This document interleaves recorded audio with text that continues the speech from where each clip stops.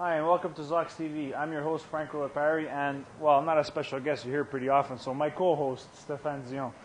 So today we'll be talking about how someone can choose their helmet. So how does a consumer go about picking the right helmet for them, the size, the fit, and the type of helmet? Well, yes, unfortunately, there's not always a salesperson on hand. Sometimes you have to pick your own helmet off the shelf. So this is the way you go. First of all, you most of the time have an idea of if you wear a large or medium or whatnot. Depending of the models, it might vary a little bit. So you might have one that's on the largest side and one that's smallish a little bit. So basically, what's very important, you mind demonstrating for us? Just to show the viewers, to properly put on a helmet, you got to stretch both straps this Yes. way. Okay. Quite possible. Well, exactly. So here, what we're looking at is if you have a movement from side to side, you must be comfortable, and you must have, for example, from up and down movement, you do not want to feel a big pressure point in the forehead or in the back of the head, but you do want the skin to follow the liner. So once you move it, you always can find a mirror or a reflection somewhere to see if the skin of your forehead is moving. If the skin of the forehead is not following the movement of the helmet as you pull it up and down, the helmet is too big for you.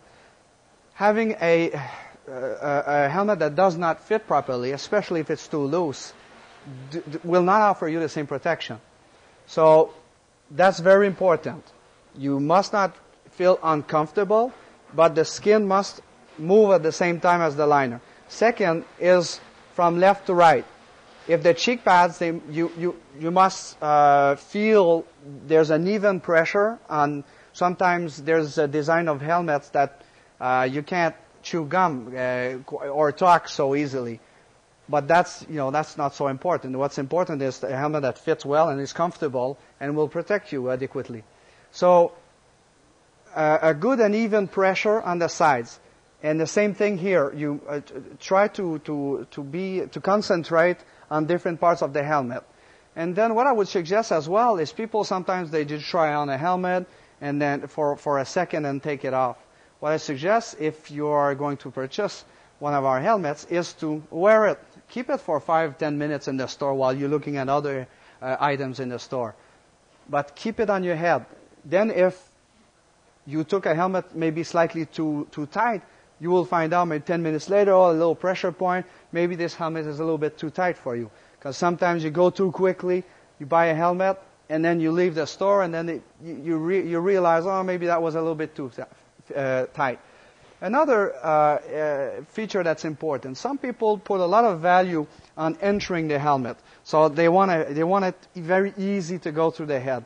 But that sometimes is a double-edged sword. If the helmet is very easy to go in, maybe the cheek pads, once you're in, don't sit very properly, tight enough on your cheeks. So at speed, your helmets will tend to move or move around. And especially a helmet, once a helmet you've worn it a few months, normally the helmet becomes slightly bigger, which is normal. It kind of settles into your head. Takes the shape. Exactly. Okay. So don't accord too much importance on how hard it is to get in. Because basically you spend a second to put it on, but you'll spend hours riding in it. So you have to understand the difference. It's much more important once you have the helmet on. Now, is there a difference if I would be choosing a motocross helmet like this as opposed to a full-face helmet, or it's basically the same points that you gave before? Yes. As far as MX, for example, the chin bar of an MX helmet is slightly thinner on its side here than a full-face helmet, okay, for more freedom of movement. So by doing that, you need to compensate by having a little bit more of a tight cheek pad. One of the reasons, especially if you're doing off-road in a rough area or you're doing competition, even more for competition, is a little different. You must sometimes, how can I say, you must put more importance on the performance than on the comfort. So you might want to wear a little bit tighter helmet on competition so it really doesn't move around up and down and in the bumps because it gets pretty rough out there. For example, on off-road, MX, racing, enduro or whatnot, you want to have a little bit tighter of the cheek pads because you don't want the helmet to move around a lot. So you must tolerate a little bit more pressure on the cheek pad, especially on the lower jaw, where this will help stabilize the helmet.